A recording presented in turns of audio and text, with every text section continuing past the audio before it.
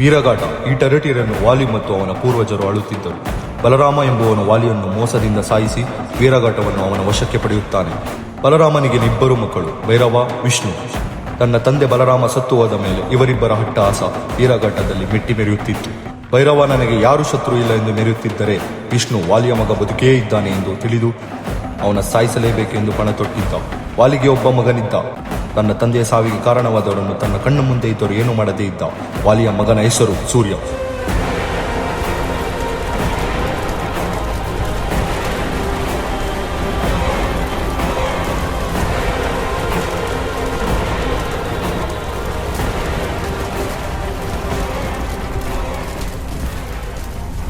Hello. ಏಯ್ ಸೂರ್ಯ, ನಾನು ಕೊಡು ವಿಷ್ಣು ಮಾತಾಡ್ತಾ ಇರೋದು. ತುಂಬ ನೆಮ್ಮದಿಯಾಗಿದೆಯಾ ಅಂತ ಕೇಳ್ಪಟ್ಟೆ. ಏಯ್ ಕೇಳಿಸ್ಕೊ, ನಮ್ಮಪ್ಪ ನಿಮ್ಮಪ್ಪನ ಹೆಂಗೆ ಸಾಯಿಸಿದ್ರು ನಿನ್ನನ್ನು ಅದಕ್ಕಿಂತ ಕ್ರೂರವಾಗಿ ಸಾಯಿಸ್ತೀನಿ.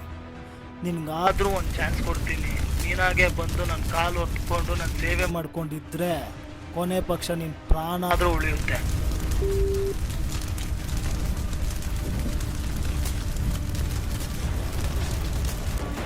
ನೋಡು, ಇಷ್ಟು ದಿನ ನಾವೇನು ಮಾಡ್ತಾ ಇದ್ವಿ, ಇವಾಗ ನಮ್ಮ ಪರಿಸ್ಥಿತಿ ನೋಡೋಣ. ನಾವೇನು ಹೋಗಿ ಅವ್ನ ಕಾಲು ಹೊತ್ಕೊಂಡು ಸೇವೆ ಮಾಡೋದ, ಇಲ್ಲ ಅವ್ನ ಕೈಯಲ್ಲಿ ಸಾಯೋದ? ಏನು ಮಾಡ್ಬೇಕಣ್ಣ? ಯಾರಿದ್ದಾರೆ ನಮ್ಮ ಜೊತೆ? ಯಾರನ್ನ ಕರೆಸ್ತೀಯಾ? ನೋಡು ಸೂರ್ಯ, ಏನಾದರೂ ಯೋಚನೆ ಮಾಡಿ ನಿಧಾನವಾಗಿ ಒಂದು ನಿರ್ಧಾರಕ್ಕೆ ಬಾ.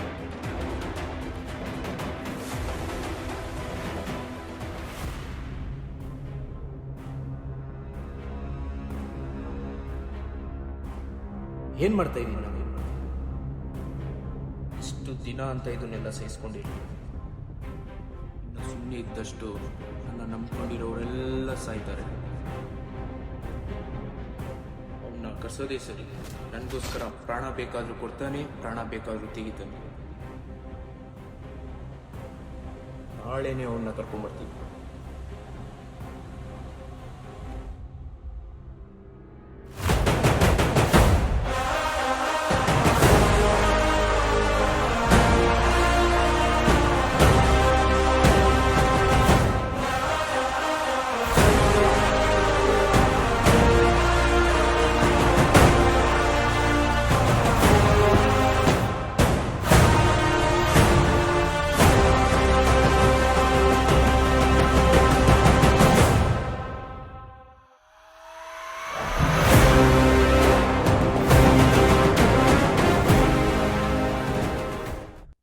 ಏಯ್ ಸೂರ್ಯ, ಬಂದ್ಬಿಟ್ಟ?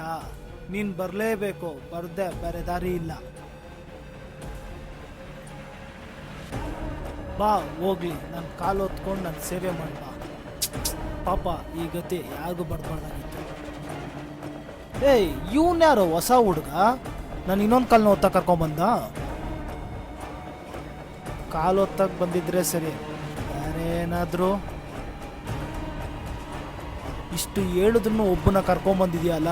ಅವನೇನಾದ್ರೂ ನಿಮ್ಮ ಅಪ್ಪನ ಗುಟ್ಟವನ, ಅಲ್ಲಿ ನೀನೇನಾದ್ರೂ ಅವ್ರ ಅಪ್ಪನ ಗುಟ್ಟಿದ್ಯಾ?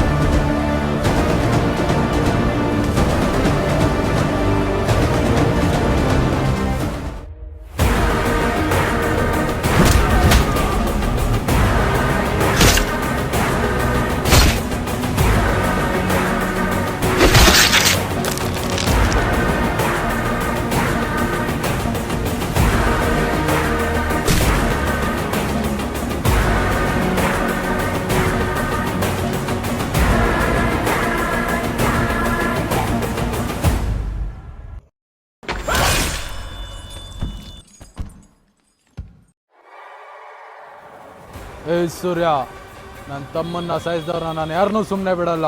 ನನ್ನ ತಮ್ಮನ್ನ ಮಣ್ಣಲ್ಲಾಗಕ್ಕಿಂತ ಮುಂಚೆ ಎಲ್ಲಾರನ್ನೂ ಸಾಯಿಸ್ತೀನಿ.